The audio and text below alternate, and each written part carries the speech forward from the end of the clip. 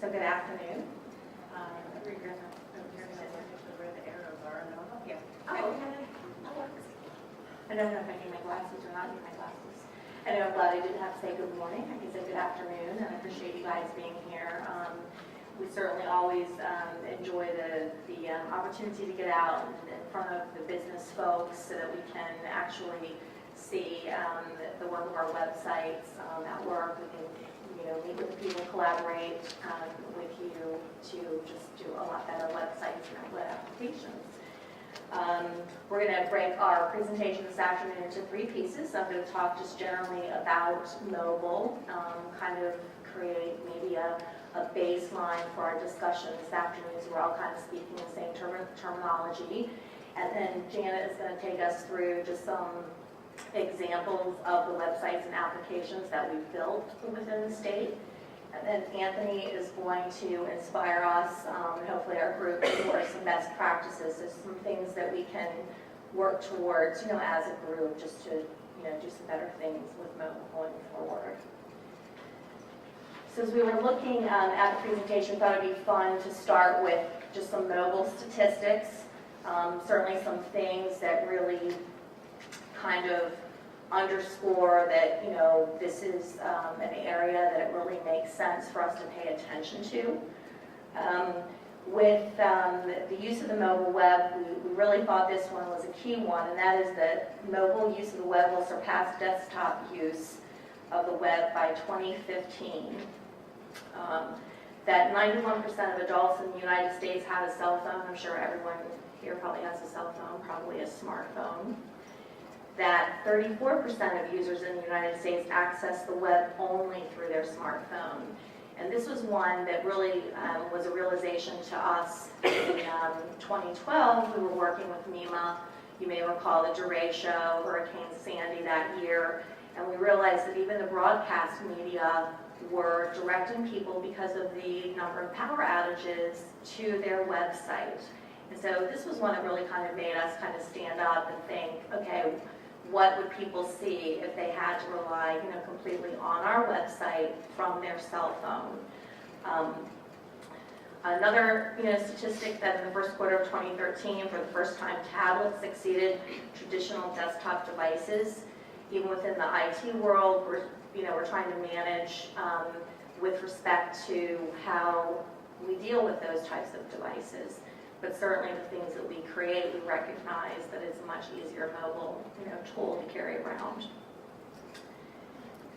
70% of all mobile searches result in action within 1 hour. And I think if you think even within your cell phone, your mobile phone, if you, whether you're checking for the time, whether you're, making a phone call, these are the types of things that within government we want to equate the way we do business to a particular action that a person may have, on a mobile device.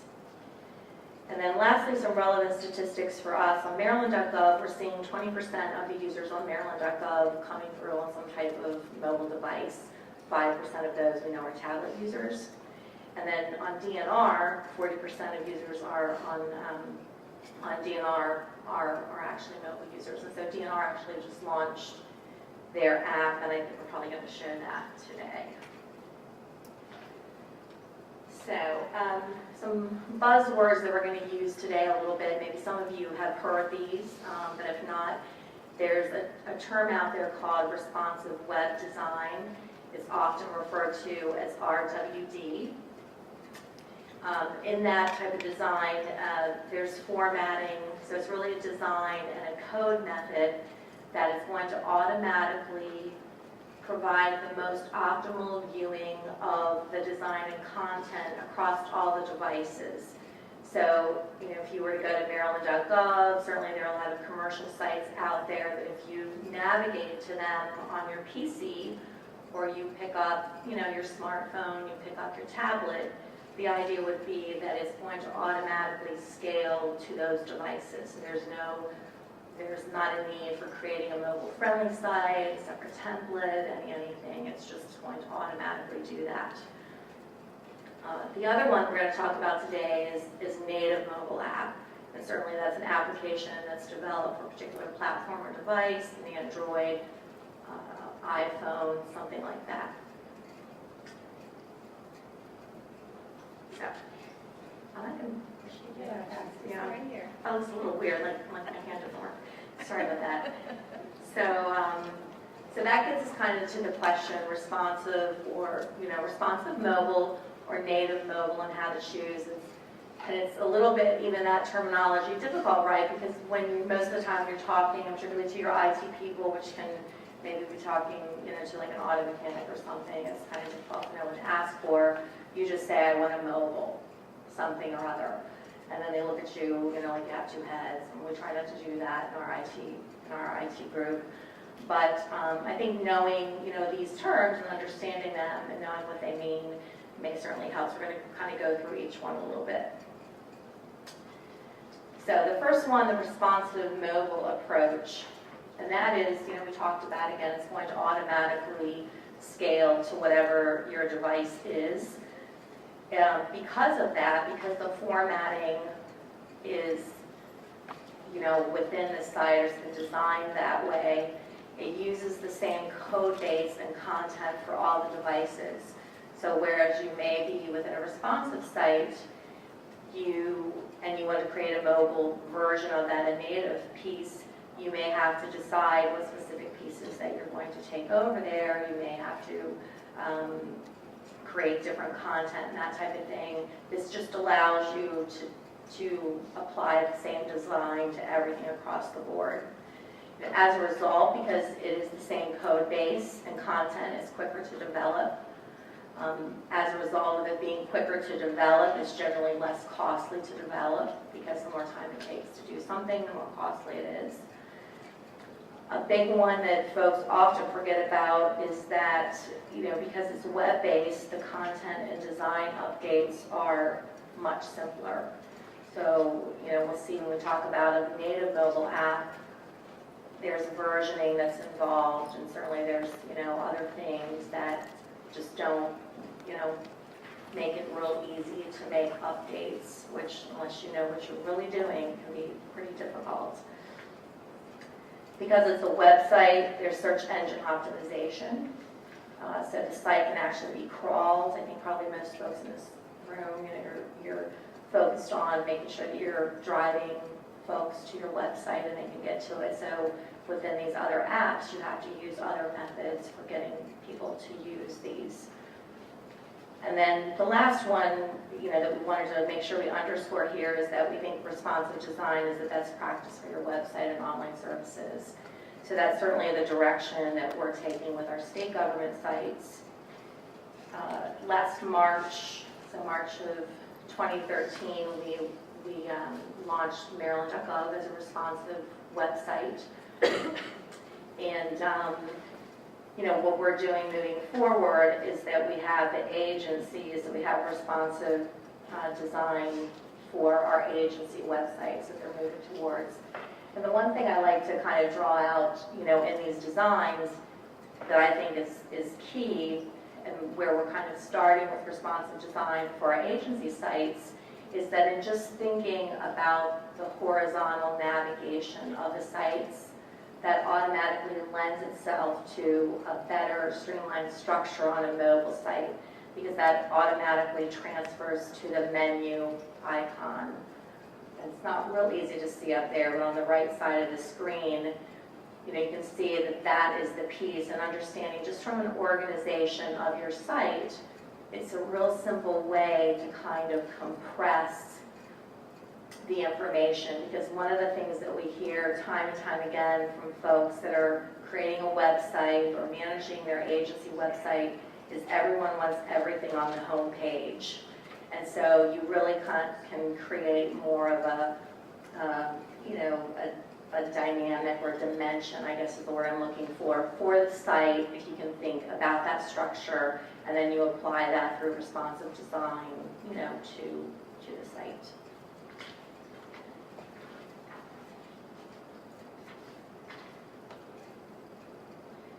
So we have the templates available on the Do It website. We have the templates available for a variety of of the platform. So we have this basic HTML5, we have the CSS, we have Dreamweaver templates, we have SharePoint 2010 and 2013, and WordPress.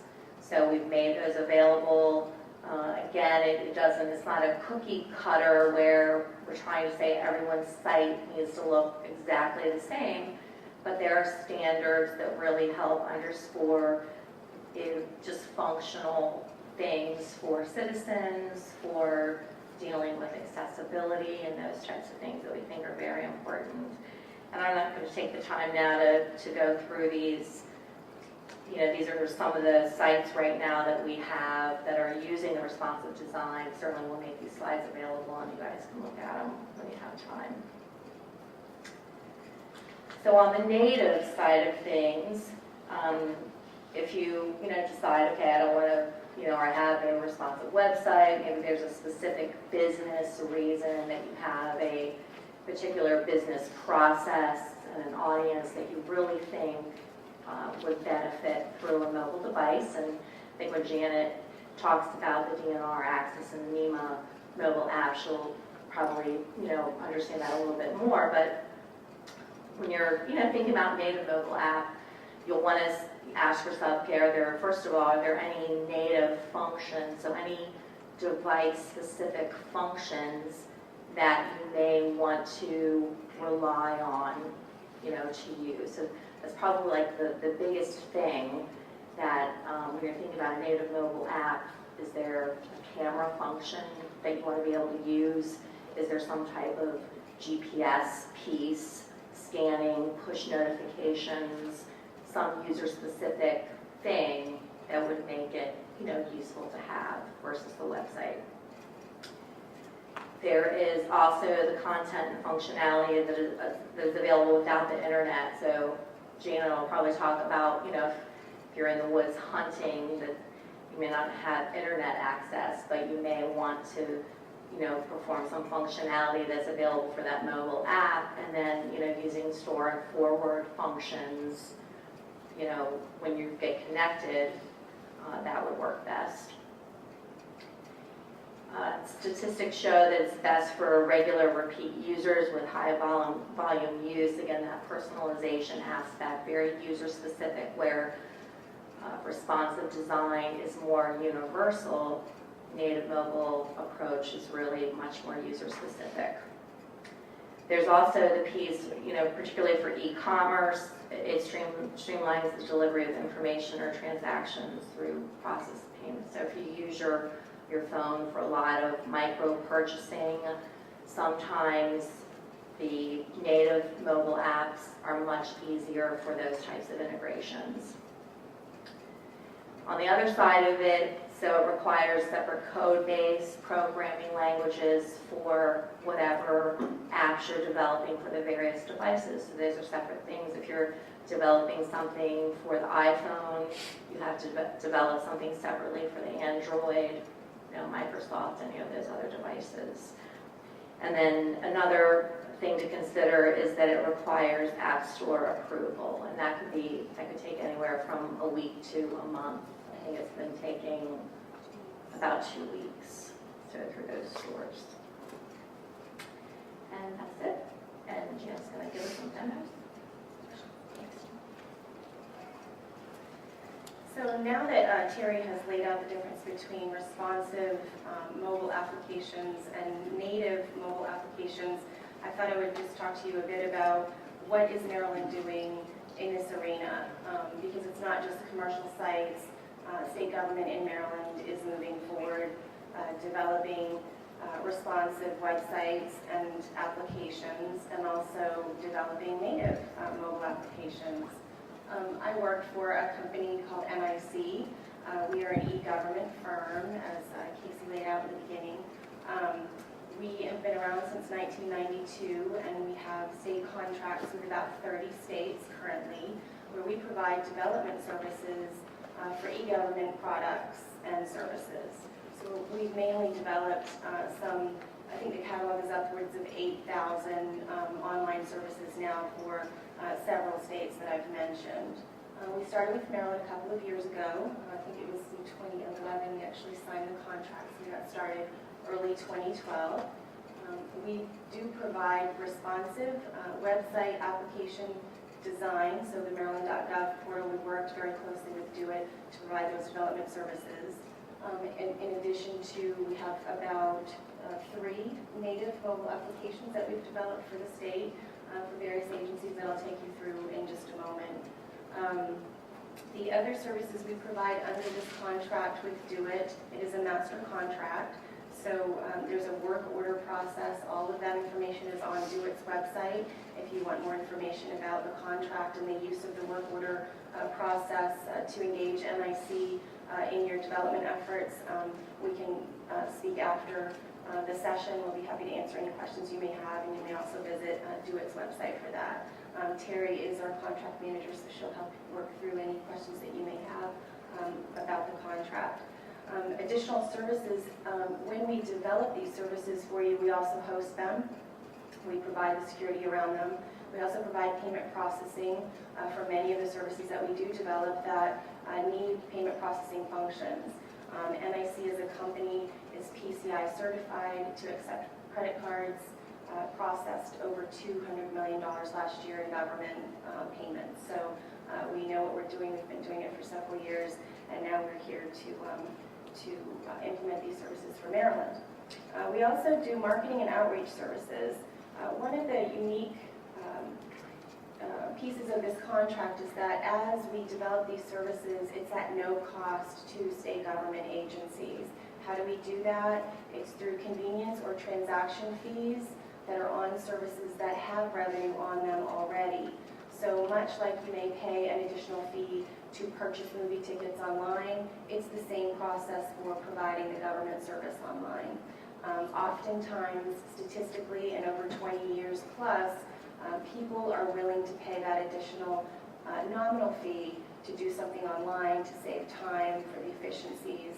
It also creates efficiencies for the state government agency as well. So we've proven time and again that with modest fees that are proven over time, we can fund the enterprise of products. So with the 3 mobile services that we've developed, those services do not have any fees. They're not transaction-based government services. They're informational-based. So those remain free to the consumer to download in the app stores and to use. And they were also developed for free under this enterprise contract. We do have other business services that we do assess the fees on. So if an insurance company pulls a driving record, for instance, they're going to pay an additional fee to do that. Those funds help fund the enterprise of e-government services across state government in Maryland.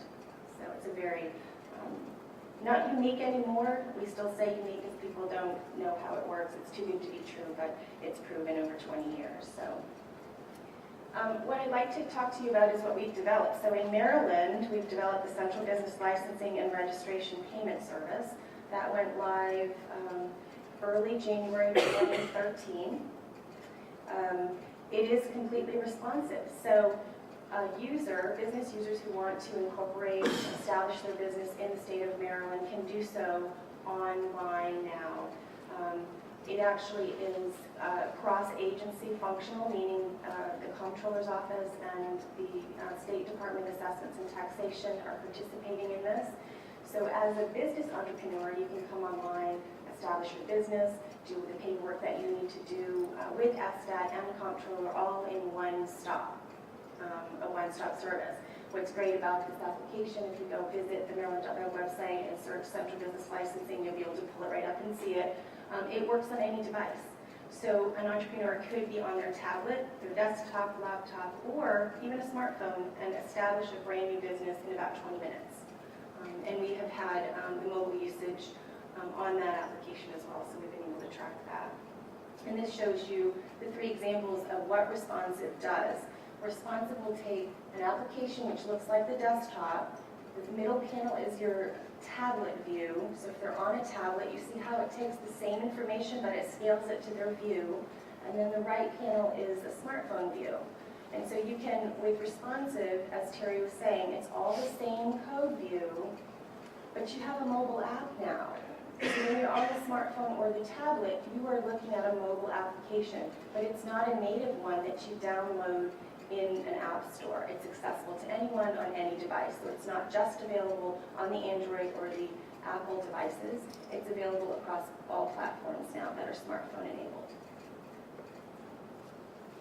The next example I have is waste kitchen grease transporter registration. This is a really interesting application. I had no idea when I started.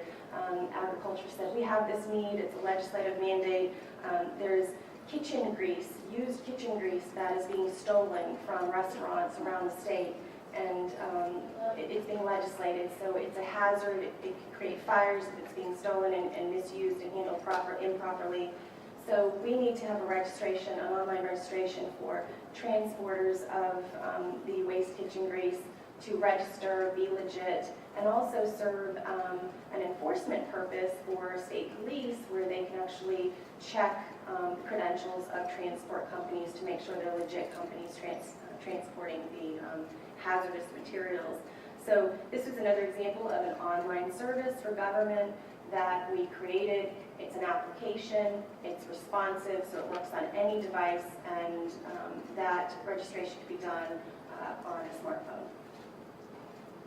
We have actually developed 20, so far as Teri was saying, 20 different services for the state of Maryland in the last 2 years, and all but 3 are responsive. So every one of them, the best practice is that it be responsive in the event that someone wants to access it outside of a desktop. From the native perspective, I have a couple of examples to show you. The Motor Vehicle Administration had the driver practice test, very popular with young drivers, and actually those that want to refresh their skill sets as they get older and try to see if they'll still pass and can drive on the roads in Maryland. So maybe we should all be doing that with the weather out there. We should see what the rules of the road are in this kind of weather. One would be stay off the roads. But anyway, this has been very, very popular. We had about 7 states from an NIC partnership perspective that had this application. So what's, again, unique about this partnership that we have with Maryland is that we were able to take the code from our other states, customize it very quickly for the state of Maryland, import their questions, and publish this application in less than a month. So it's a very quick win for the state, for the Motor Vehicle Administration. Very, very popular, more than 300,000 downloads in September. What's unique about this for you social media folks is that you can answer all the questions, get to the end, it gives you a final score, and you can share it via social media channels. So if you want to email it to your parents or your friends or whoever, if you want to post it to Facebook and Twitter, you can say, hey, I just took the Maryland driver practice test and either passed or failed. Hopefully you want to let them know that you passed it. So there is the integration of social media in these applications. So all of the websites have traditionally always had your links to social media as well. But now your native application should also have that integration with social media channels to help create that engagement with that citizen. It also creates a sense of community when you engage, as you all know, your social media managers. That's what you're trying to do, is create that more satisfied constituency and create more engagement. So we do that through these native applications as well. The MEMA mobile application is called MD Prepares, and this is, again, a native mobile application. We've had, it's only been since October that this was, has been live. We've done the first round of press on this application being available, and I do think that as we keep seeing weather-related events or other types of emergencies, you see an uptick in downloads. So you'll see it kind of level off, and then you'll see, oh, here's a couple more dozen folks that have downloaded this when you have bad weather situations because of the frequency of it being tweeted out. Here's this new application that MEMA has as well. You can prepare, this is an example of MEMA said, we have this information that we want to still remain available to the constituency when they don't have internet connectivity. So in the event that it is an emergency and they don't have internet connectivity, they should still be able to go to their phone and find out what they need in their emergency kits. Get information about what to do in the event of an emergency. So there's certain information that they wanted to remain on the device at all times, and that was the store and forward capability, or store, in this case it's the store capability that Teri was mentioning earlier. So if you want content to be available offline, native might be the way to go. If it's something that people aren't going to be referencing very frequently, maybe it's not a case for a native application. So there are just some questions you need to ask yourself as you're trying to decide what's native and what's responsive. You can prepare an emergency kit, create a family plan. The social media aspect that's interesting here is that it has push notifications, so you sign up to receive push notifications. So when you are connected, it will push to you emergency events that MEMA pushes out actively. So you will get those in the form of a badge on your phone. You've probably all seen them for various alerts that you get. So this is integrated into this application as well. You can email, text someone, or post to social networks that you're safe. And you set up your family safe plan ahead of time. So at the time that you're trying to get someone information, that would be great. So what would have been good for me is I was here when we had the earthquake. I was downtown Annapolis, and we're getting ready to go into a building and look at some rental space and some commercial space. The earthquake hit, and nobody could call anyone. I don't know if you were all around and remember that. No one could call anyone. And my mom, who was in town visiting and taking care of my daughter, and they were across the bridge, and I couldn't reach them. Well, it would have been great. So I'm texting different people, right? So I had like 5 or 6 people that I was texting back and forth, trying to reach them and let them know I was okay and were they okay. This was all in one place. I had a whole list. I could actually do group and then post it out to social media as well. So it would have been kind of cool to do that and let people know that you're safe. Because then I had people from all over different states saying, are you safe, are you okay? So that was great. And then DNR just launched yesterday morning, was published in the App Store under Apple's App Store. So if you have an iPhone, that version is now available. The Android version will come out in approximately 3 or 4 weeks. So we will have that version as well. But DNR's mobile application is called MD Access DNR. If you search Maryland DNR, you will find it.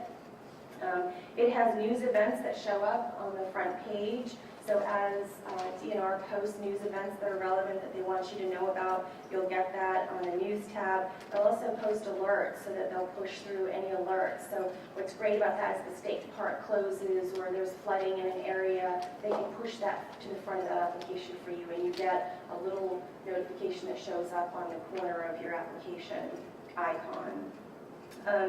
It has state park directory in it. It's geo-IP based, so wherever you are, because your phone has that capability to know where you are, your location of your address, it will point to you state parks, WMAs, boat launches. So there's a number, fishing locations. There's a number of DNR type activities that it will push to you within a 10-mile radius, 20-mile radius, 50-mile radius. You can actually customize that. So it's really great. I can know that, Sandy Point State Park is within this many miles from me. I can drill down to the details of the state park. What does it offer? Where is it located? I can link over to get park passes that are on the DNR website, and those pages are responsive. So now I have a full sort of mobile experience for my customer, even though I don't have all of the DNR content on this native device. I can actually help make that experience more uniform for that user as they're buying a park pass and doing the other activities, buying a fishing license and a hunting license. It gives you fees and regulation information. There's a sunset, sunrise timer, which is really kind of cool. And that, again, based on your location, it tells you when the sun will rise. Well, that's very important to hunters, and I think even fishermen as well, watermen. You can't, the law is such that you can't hunt so many minutes before sunrise, for instance. So that's been a great help to those that hunt and fish.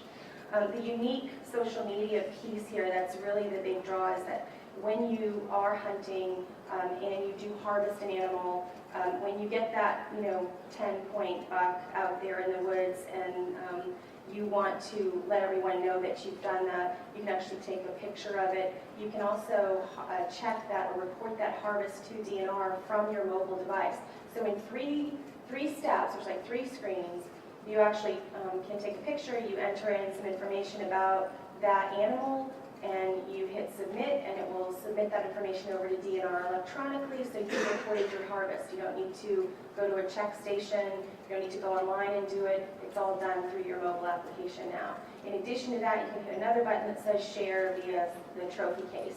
So you can put all of your harvests in a trophy case, and you share them all out on Facebook and Twitter, and it is one of the most popular applications that have been put out for state government because it's a very engaged group of sportsmen. People like that, they use it over and over again, they can use it to find waterways or hunting locations.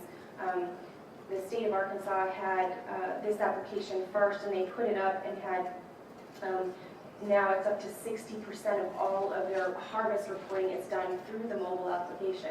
So it's actually surpassed any other method of doing it. So great example of a good use of a native application. Some of the best practices, we've talked a little bit about them as I've given you examples.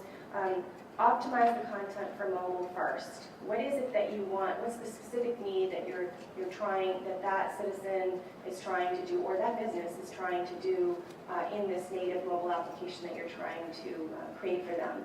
What's the specific intent or targeted use of your application?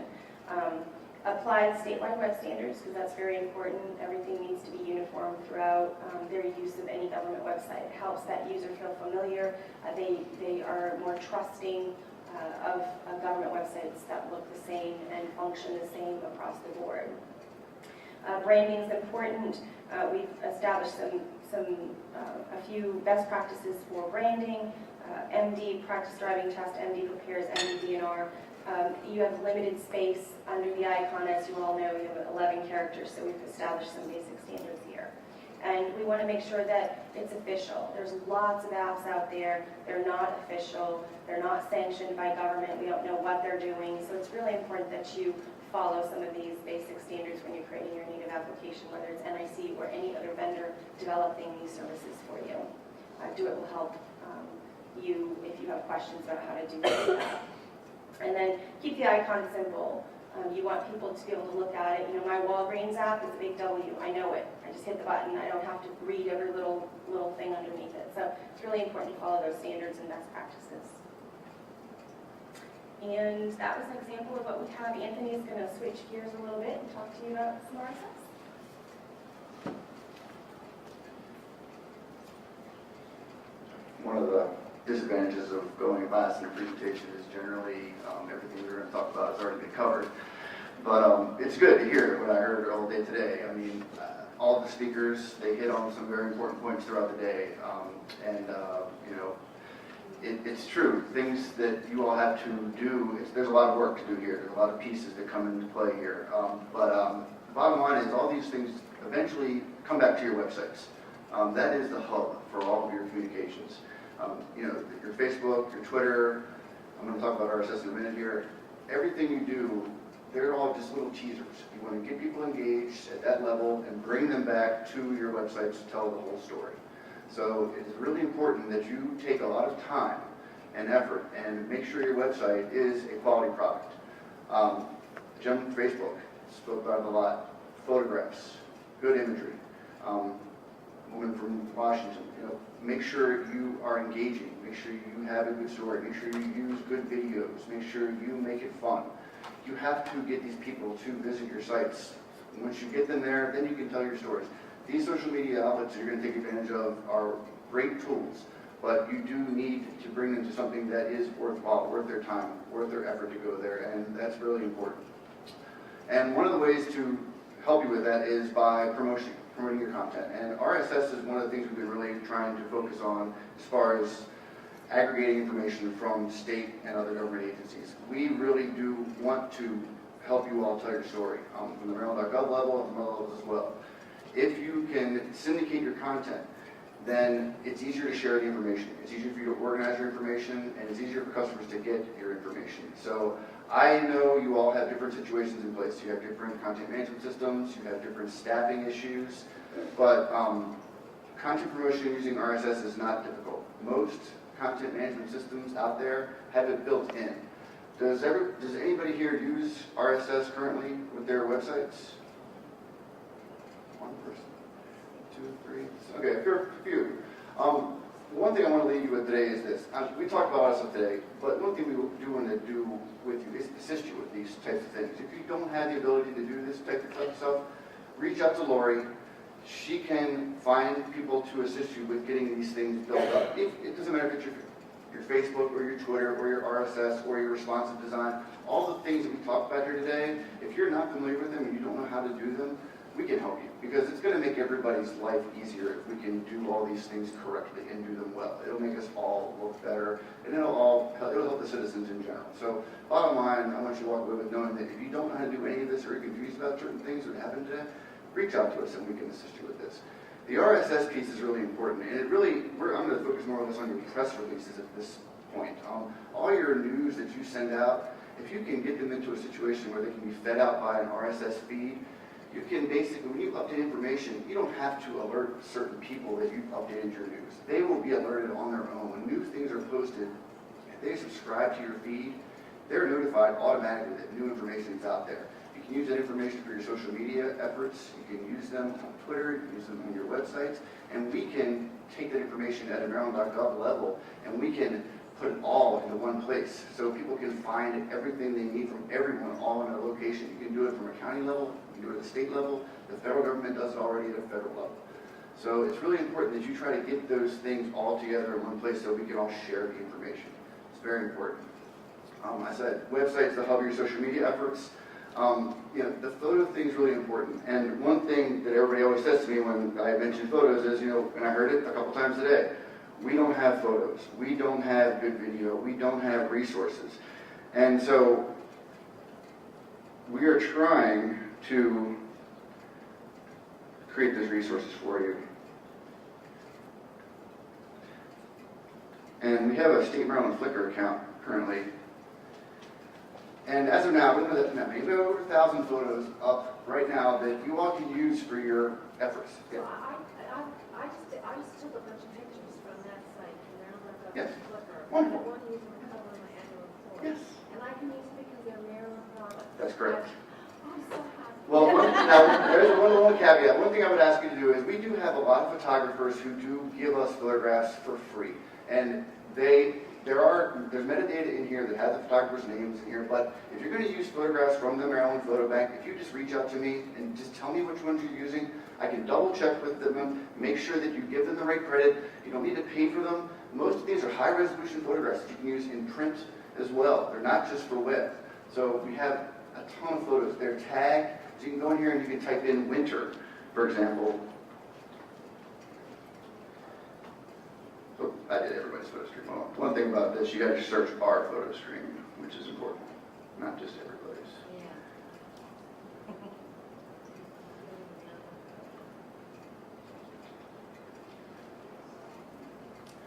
And just typing in winter, and you'll get all winter shots. And we have contributors from SHA, from other state agencies.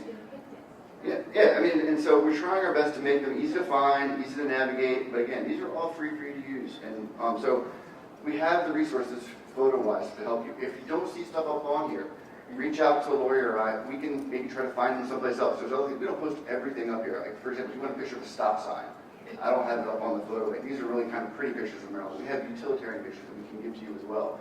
We're working on the video piece of it and things like that. So, we're here to help with that kind of stuff. The website's included. If you want to build a responsive website, we can help you with those types of things. So, back to the information sharing piece.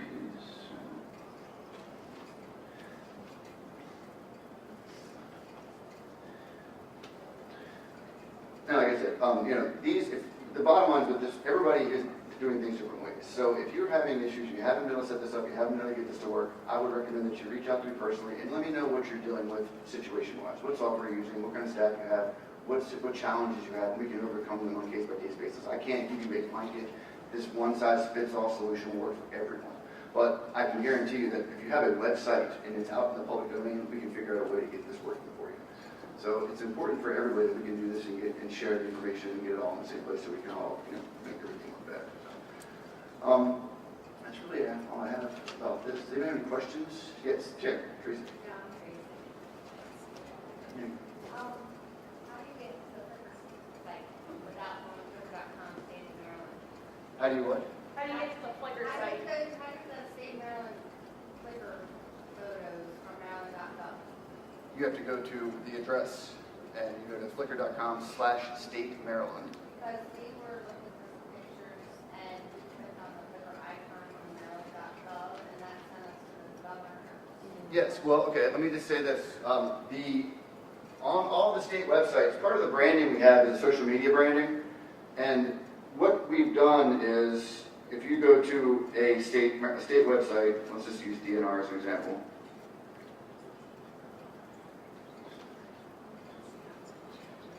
No, it's not use DNR, let's use state.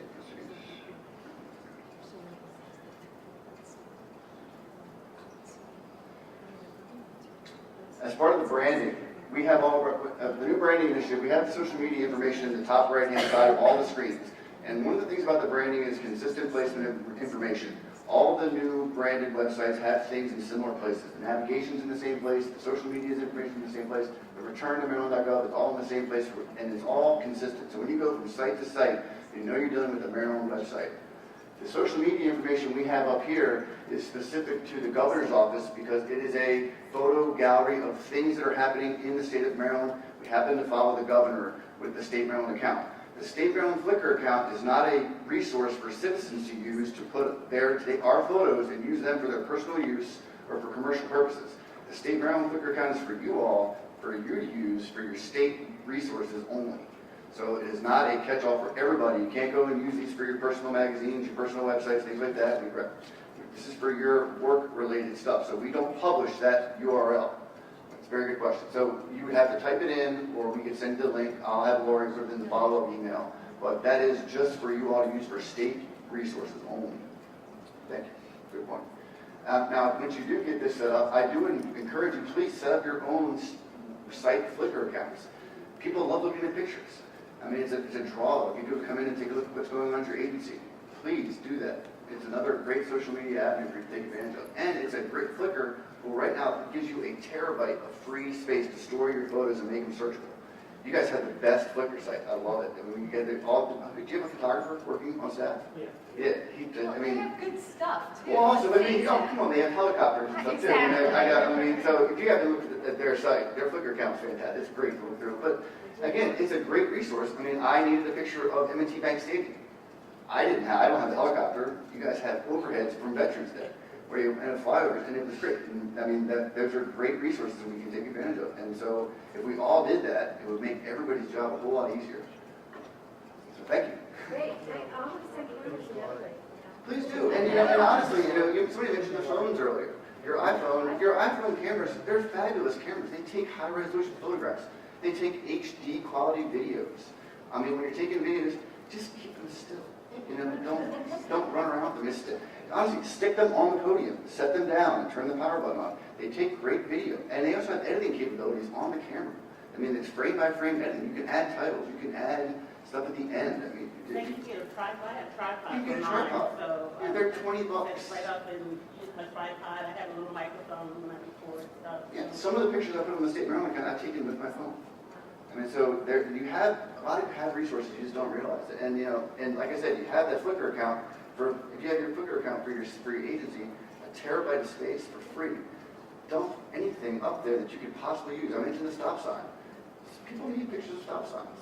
I mean, you may not need it every day, but you need them. And if you keep them out there, you have them, you make them searchable. You go to your search box, type in stop sign, got it right there. Jessica, don't you have like 400 of those?